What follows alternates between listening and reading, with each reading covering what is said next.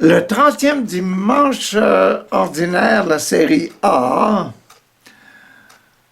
c'est celui du grand commandement de l'amour.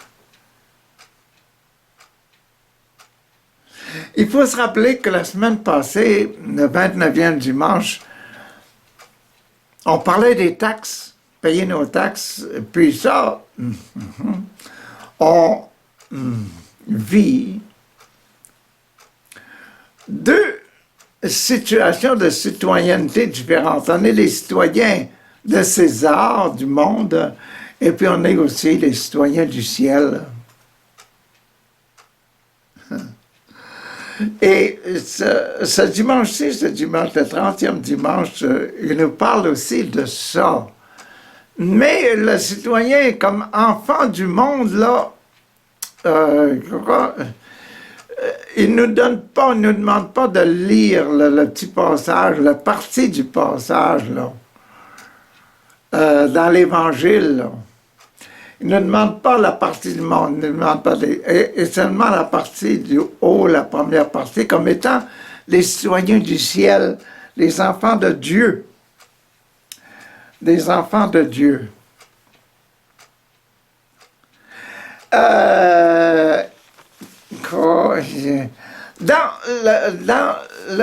la structure, je vous embête un peu avec ces structures-là, mais c'est réel, là. Dans la structure, le passage, il est à un endroit bien spécifique.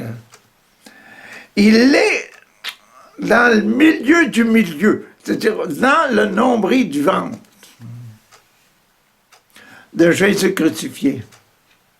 Dans le milieu du milieu, si on met la main sur le ventre, là, côté,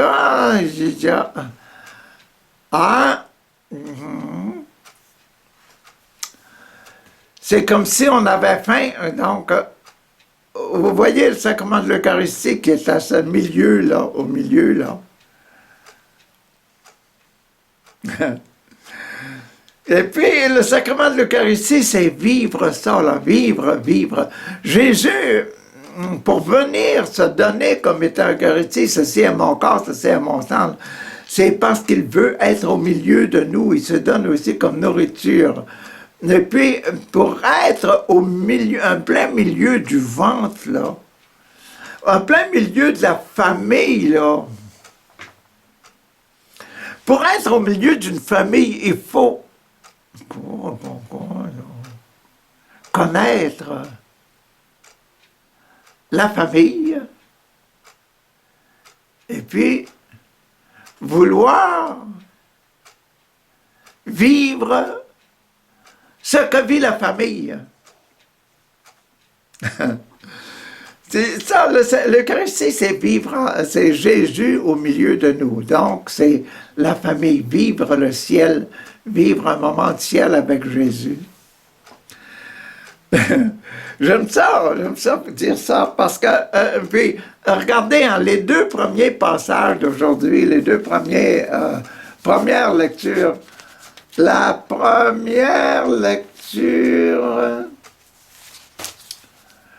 première lecture est dans l'Exode. Exode? Ben oui, les Juifs qui sortent d'Égypte, là. Dans l'Exode. Bon. Et il est au chapitre 22, 7 x 3, 21. Donc, on est le 4. On est comme étudiant le baptême. Le sacrement du baptême dans la série numéro 4, dans le milieu, là, dans la famille. Là. Et puis, étudiant le baptême, qu'est-ce qu'ils disent au sujet de ça? Ainsi parle le Seigneur. Tu n'exploiteras pas l'immigré. Tu ne l'opprimeras pas. Car vous étiez vous-même des immigrés en Égypte. On est dans l'Exode. Être des immigrés en Égypte pour les Hébreux, là, il fallait, pour être en Égypte, pour être dans le ventre de l'Égypte, il fallait qu'ils acceptent d'aimer l'esprit de l'Égypte. L'esprit de l'Égypte, il fallait qu'ils adoptent l'esprit de l'Égypte pour devenir des enfants du pays. Vous voyez, le fait d'être dans le ventre, le fait d'être dans le pays, le fait d'être un membre de la communion des saints,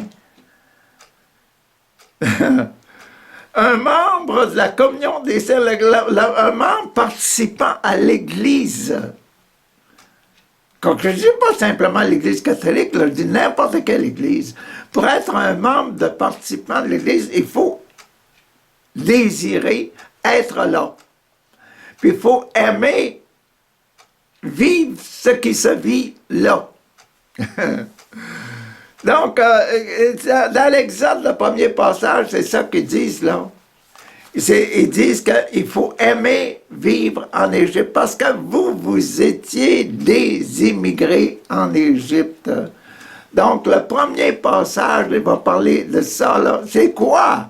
Qu'être participant dans un pays, participant dans une église, participant dans une nation, que faire communion, de faire, on le ventre, c'est l'endroit où on mange, là, et puis c'est ça que le fait d'être communion. c'est bon, c'est bon. Donc, je ne vous lis pas le reste du passage, c'est ça, c'est sur la reconnaissance du baptême, le fait d'être dans un pays, le fait de participer à quelque chose. Pour nous autres, là, pour moi, le fait d'être catholique, c'est quoi? Pour vous, là, qui que vous soyez, le fait d'être dans votre église, c'est quoi? Le fait d'être dans votre pays, que ce soit la Chine, que ce soit le Japon, que ce soit l'Indonésie, que ce soit l'Afrique, que ce soit les États-Unis, Cuba, n'importe où, là. T'sais, le fait d'être chinois, c'est quoi? Il faut l'accepter, puis il faut se faire aimer, puis aimer être dans le pays, c'est ça, que vivre la communion, vivre l'Eucharistie. Vivre ce que l'on vit et dans l'esprit. C'est important. Bon, la deuxième lecture d'aujourd'hui, dimanche, c'est en 30e dimanche, elle est tirée de Saint Paul apôtre aux Thessaloniciens, dans le haut, là. À Macédoine, à Grèce, Macédoine, dans ce coin-là, dans le haut du pays. Vivre ça, là. Vivre, donc, vous allez voir, c'est Thessaloniciens, c'est 1 à parler de ça, le premier chapitre, c'est sur le baptême. Donc, ce que je vous disais tantôt, c'est vrai, être baptisé, être quelqu'un du pays, naître dans un pays, être Thessalonicien, mais quoi? Naître de l'esprit, de notre esprit, là. L'esprit de l'homme. C'est quoi l'esprit de l'homme? Écoute-toi, est-ce un cadavre, un homme? Non, non, c'est un cadavre qui a la vie.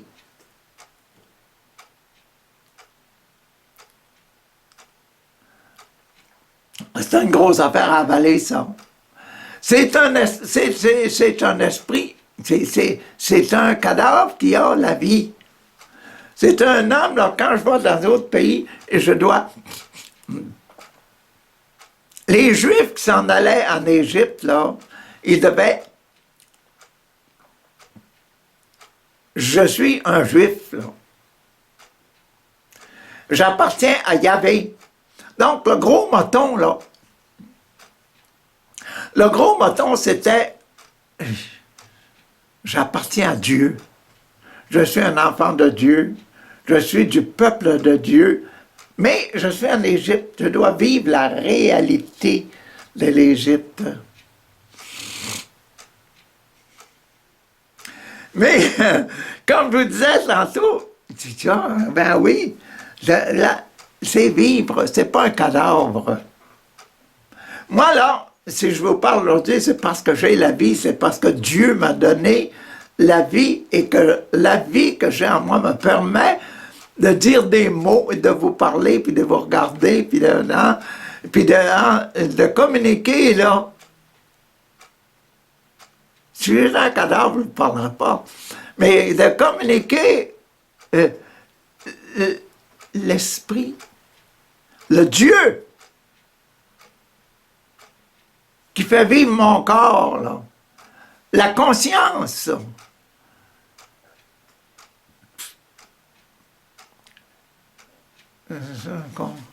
Quand j'étais un petit bébé, je vivais avec la conscience des autres, les autres qui me montraient quoi faire, quoi faire, et puis là. Et puis à un moment donné, je me suis réveillé vers l'âge de 7 ans, quelque chose, à l'âge de 10, 12 ans, 12, 13 ans, à l'âge de 18 ans, on change.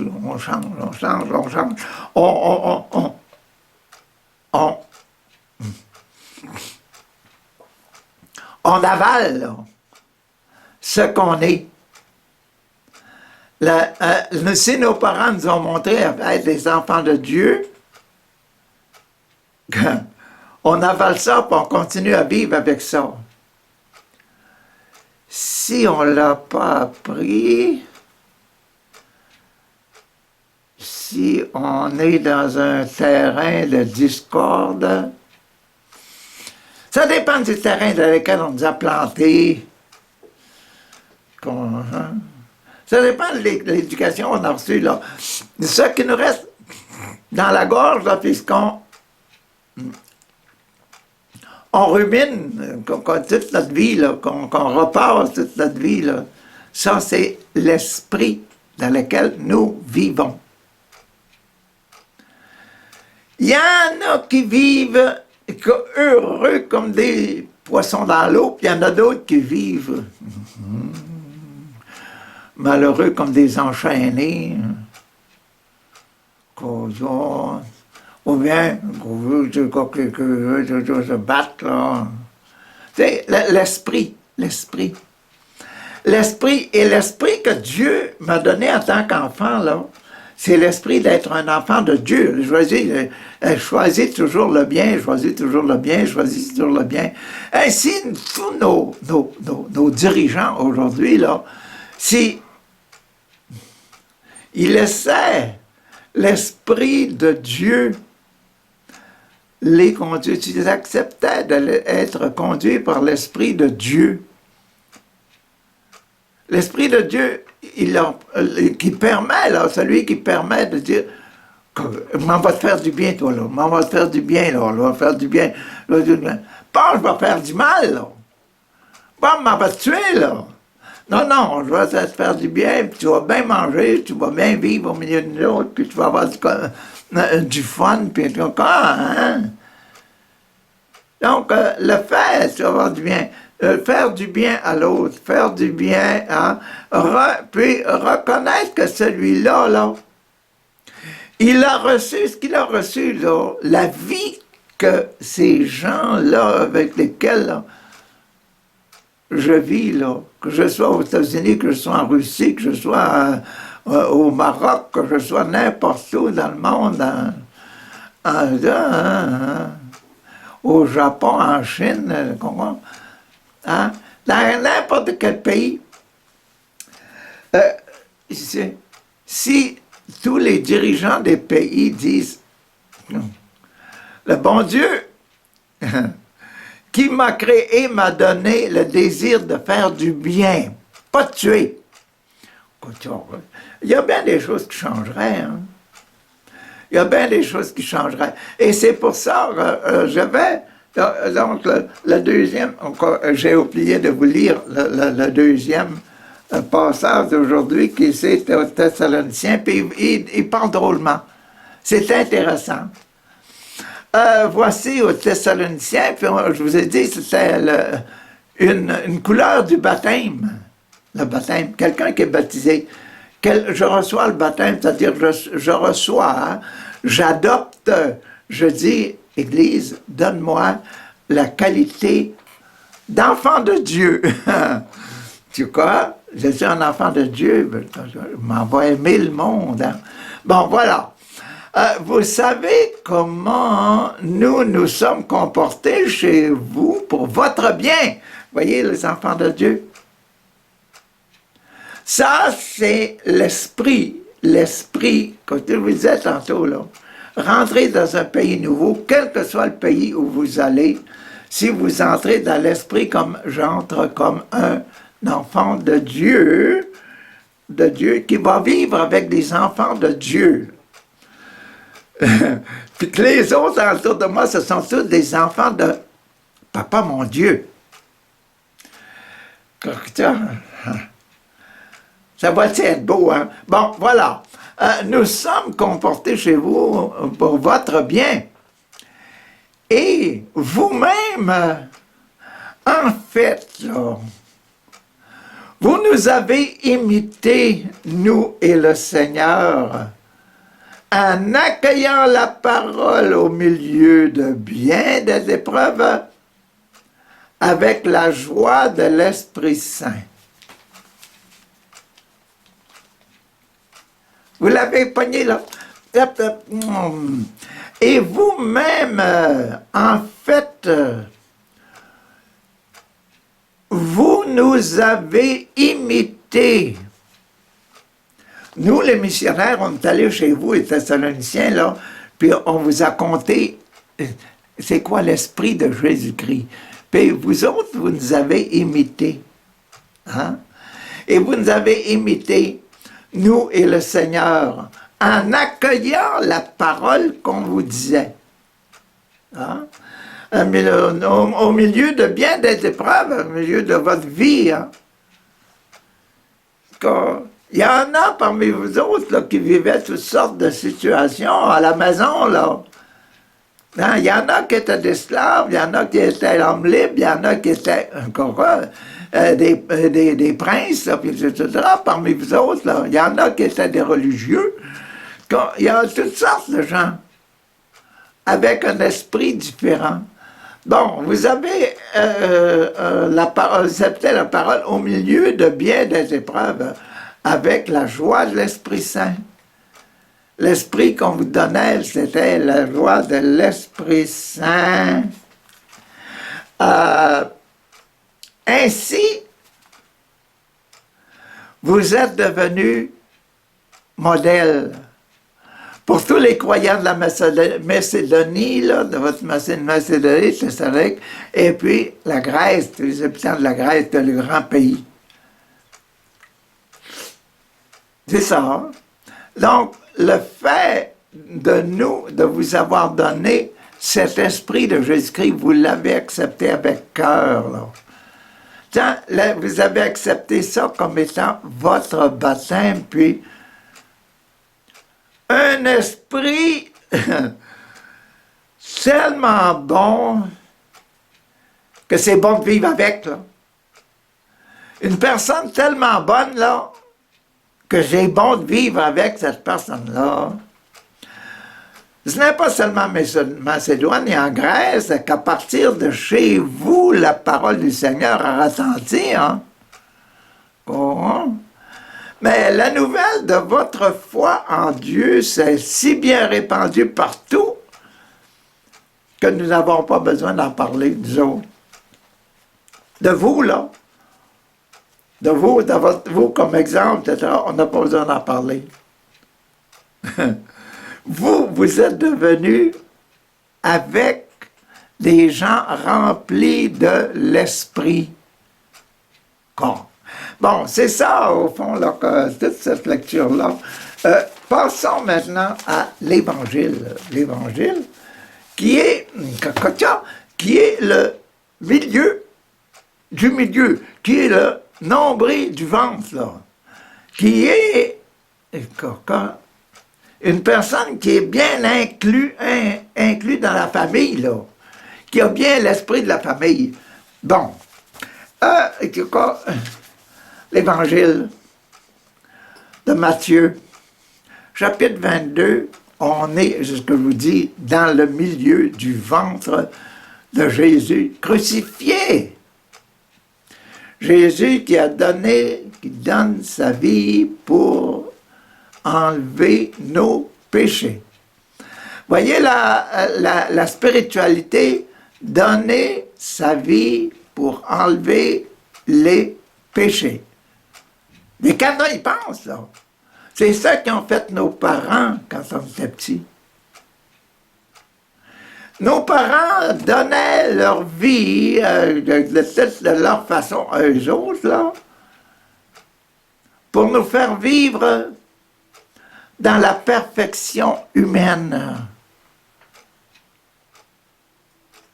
et spirituelle à la spiritualité de développement auquel ils étaient rendus.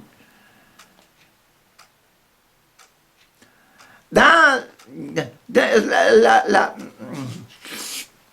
la dénomination là, de l'Église, ça n'a pas de problème avec ça. Nos parents étaient aussi des vivants, donc ils avaient Dieu en eux. Nos parents n'étaient pas des morts, ils étaient des vivants. Donc, s'ils étaient des vivants, ils avaient l'esprit en eux, ils avaient la vie en eux. Et notre vie, c'est notre conscience, là. Dieu, à la naissance, met la conscience. Donc, notre conscience devient l'image de la grandeur et de la beauté de Dieu dans nous. Et c'est ça qu'on doit vivre dans quelques pays où on vit. Et ça, c'est ça qu'on découvre notre conscience, là, ce que la conscience nous dit. Bon, ça nous fait grandir en grandissant. Quand on grandit, notre conscience grandit avec nous. Donc, Dieu devrait grandir avec nous. C'est pas le démon, le désir de tuer, puis le conscience qui doit grandir avec nous. Non, le désir du bien. Choisir le bien. Donc, voici. Donc, en étant en plein milieu du ventre, là, comment est-ce que serait... Je vous disais, l'esprit, hein? Bon, écoutez, en ce temps-là, les pharisiens, apprenant que Jésus avait fermé la bouche aux Sadducéens, conclusion,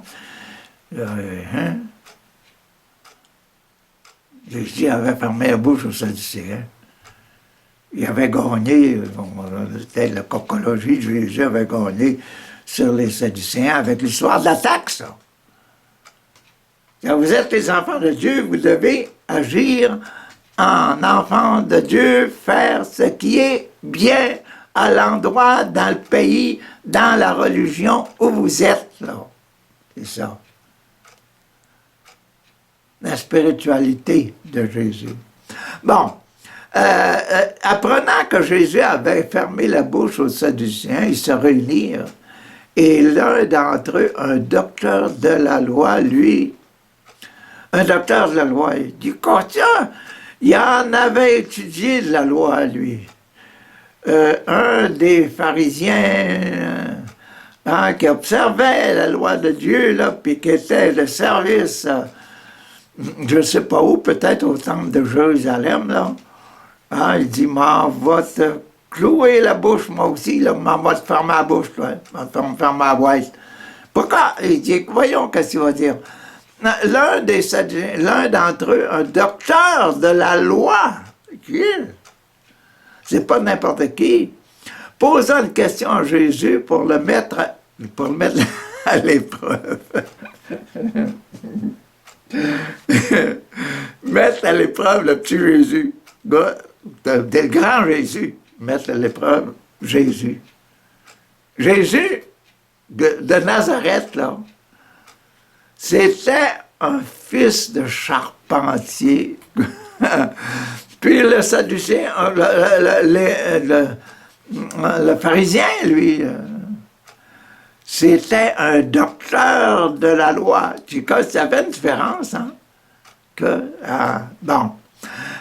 Posant une question juste pour le mettre à l'épreuve. Maître, dans la loi, moi j'ai étudié la loi, là. Hein? C'est le pharisien, j'ai dit, moi, la loi. Dans la loi, quel est le grand commandement? Couture. Dans la loi, qu'est-ce qu'il y a comme esprit? Le grand esprit. Le plus grand esprit.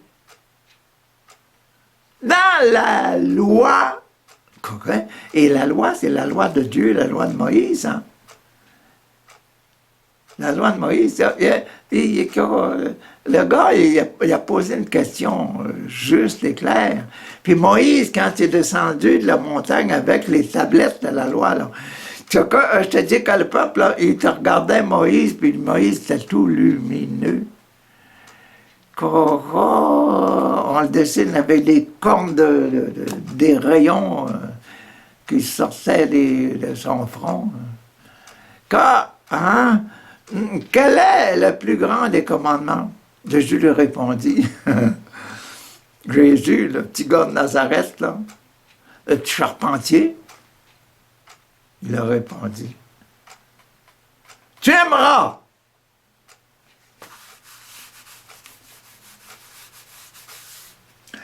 Je vous ai pogné. Parce que dans le commandement, quand on lit le commandement habituellement, on dit « Tu aimeras le Seigneur ton Dieu de tout ton cœur. » Mais là, on oublie d'arrêter après « Tu aimeras ». C'est quoi la spiritualité? Qu'est-ce qu'on doit avoir dans le cœur? Aimer.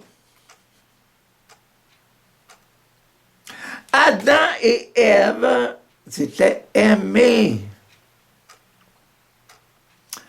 Il aimait le bon Dieu, mais il aimait aussi Titi, et puis empêcher. C'est ça. C'est ça. C'est ça. Mais on est de deux nationalités. On est de la nationalité du ciel, puis la nationalité de la terre. Là. Bon. En tout cas, Jésus leur répondit, tu aimeras. Ben, aimer, on peut nommer les choses, puis on peut aimer les hommes. Mais ici, aimeras d'abord le Seigneur ton Dieu de tout ton cœur, de toute ton âme, de tout ton esprit. De tout ton cœur, de toute ton âme qu'on ne voit pas, et de tout ton esprit, de toute ta conscience, de tout ce que tu as étudié, avec tout ce que tu as étudié.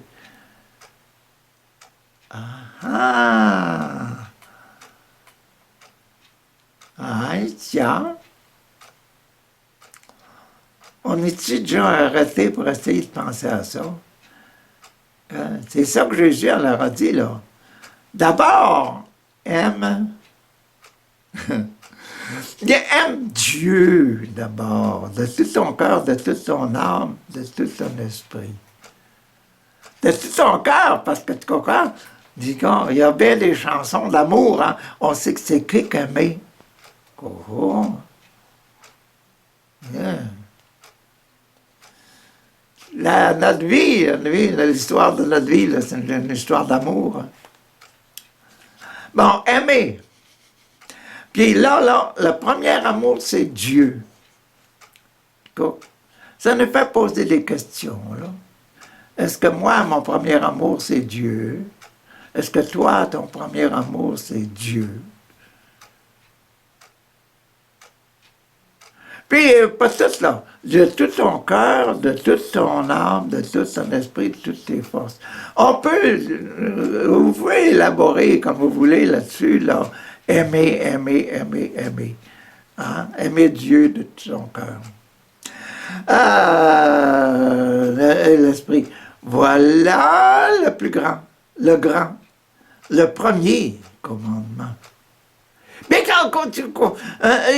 le second lui est semblable. Écoutez, là, il ne faut pas arrêter là. Le second lui est semblable. Le second, c'est tu aimeras ton prochain. Le premier, tu aimeras Dieu, mais le deuxième, là, qui est tout à fait semblable. Quoi?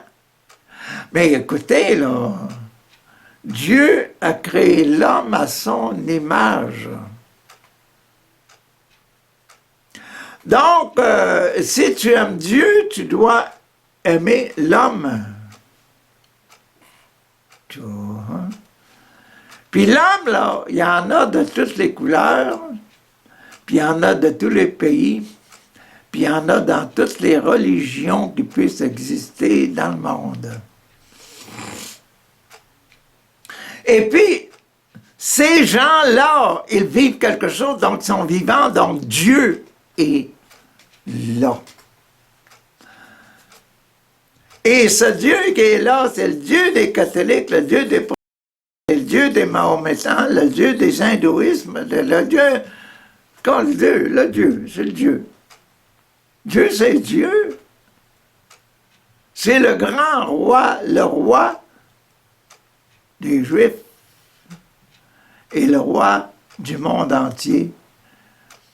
Le dernier dimanche de la série, on va y arriver au Christ roi. Le Christ roi du monde. On va y arriver. Bon, en tout cas. Et le second lui est semblable, tu aimeras ton prochain. Ah, comme toi-même. Ben oui. C'est normal parce que la première image pour moi de Dieu, là, c'est pas le Jésus à côté de moi, c'est pas le crucifix que je joue, c'est moi-même. Pourquoi? Ben c'est parce que j'aime. Parce que je veux faire du bien à tous ceux qui sont alentour de moi. C'est quand même bon, hein, que le petit gars de Nazareth, là, fils de charpentier, fils de maman Marie, là, quand il se révèle un docteur, hein, il se révèle un docteur de la loi, un docteur, un connaisseur, un docteur, quand on dit un docteur, c'est quelqu'un qui connaît, un connaisseur de la loi, puis Jésus, il a expérimenté ça. Il est allé jusqu'à la croix, il nous a aimés jusqu'à la croix. Donc, qu'est-ce qu'il y a dans le centre du ventre, le nombril du ventre, qu'est-ce qu'il y a de spiritualité, c'est ça. Tu aimeras ton prochain comme toi-même. De ces deux commandements, hein, de ces deux commandements dépend toute la loi et ainsi que les prophètes. De ces deux commandements, aime Dieu de ton cœur, aime ton prochain, ça veut dire aime toi-même. Aime ton prochain parce que ton prochain, c'est une autre présence de Dieu, parce qu'il a la vie, parce qu'il a un esprit en lui, puis un esprit, l'esprit qu'il y a dans ton voisin, là, c'est choisis le bien pour l'autre, choisis le bien pour l'autre, fais du bien à l'autre, fais du bien, donne du bien, coco, c'est ça, l'esprit. Le nombril, c'est ça. Et puis ça, comment la loi est là, c'est la loi, aimer. Et puis le prophétisme. Être un prophète, c'est quoi être un prophète? C'est quoi? Être un prophète, c'est être un quelqu'un, quelqu'un qui fait la volonté de Dieu, qui dit au monde ce que Dieu leur dit en eux. Qui dit au monde quoi? Qu'est-ce que Dieu dit en moi? Qui révèle au monde la conscience, là, ce que je suis, ce qu'elle est, ce que le prophète est. Donc là, dans ce grand commandement, Aime Dieu de tout ton cœur, de toute ton âme. Aime Dieu de tout ton cœur, de ton âme. Aime ton prochain comme toi-même. Donc, c'est toute la loi. C'est aussi réaliser le fait d'être un prophète. C'est beau, hein? Ben, c'est ça, là. Mais si on continue dans l'évangile de Saint Jean, là, ça, aujourd'hui, là, la partie qui reste, là, comme je vous disais tantôt, qu'on n'a pas dit, c'est la partie humaine. Jésus qui est le fils de David.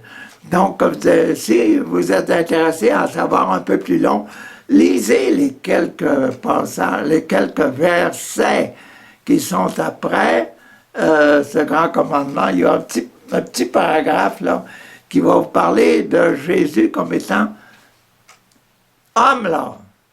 Hein? À cause que la semaine passée, vous avez entendu parler des taxes. Et pour être taxe, les Romains, les Romains, c'est ça, les partisans de Rome, ils offraient juste le côté de César. Et Jésus a dit, bon, voilà, vous comprenez, hein? N'oubliez pas que vous avez une vie spirituelle et que vous devez rendre à Dieu l'esprit qui habite en vous.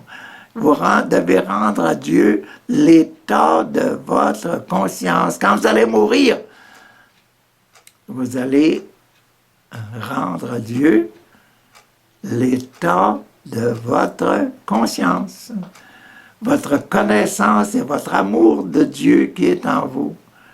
Votre connaissance de Dieu et votre amour de Dieu, votre réalisation personnelle en correspondance avec votre conscience, votre connaissance de Dieu. Ah, c'est grand, hein, c'est grand, c'est grand. Papa, une petite prière. Papa, tu nous aimes. Hein? Tu nous aimes grandement. Et on est content. On est content de ça. De savoir que nous sommes des enfants et que nous possédons, quel que soit le lieu où nous habitons dans le monde, quelle que soit la religion que nous pratiquons, nous avons la vie. Un corps mort ne peut pas aimer, ne peut pas me bouger. Mais un corps vivant, moi, là, puis hein, vous autres, là, vous êtes vivants, donc, dans vous, là, vous avez une conscience. Cette conscience-là doit vous rapprocher de Dieu. Merci, Papa, de nous rapprocher, de nous avoir donné notre conscience. Oh, qu'on aime ça, Papa, de voir qu'on est vivant. Puis le fait de vivre des jours et des jours et des jours et d'être toujours en prière avec toi, en remerciement avec toi, en remerciement pour ce que vivre ceux qui sont alentour de nous, là, ton frère, nos frères, même ton prochain. Bon, ça, là, c'est le fait de vivre un jour de plus, une heure de plus, c'est une grâce. Parce qu'on vit ça avec l'esprit qui est en nous, qui est l'esprit du bon. L'esprit du bon. Merci, Papa, de nous faire grandir et de nous faire aimer toutes les belles qualités que tu nous as données. Hein? Et puis de nous aider à les donner. Jésus sur la croix, Papa, Jésus est venu pour enlever le péché du monde. Nos parents sont venus, ils nous ont donné une belle éducation pour enlever les péchés du monde. Donc, aide-nous toutes les journées que l'on met de plus dans notre vie. Papa, aide-nous à les rendre ces minutes saintes, les saintes minutes. Fais ça, Papa, au nom de Jésus, le Christ, notre Seigneur. Amen.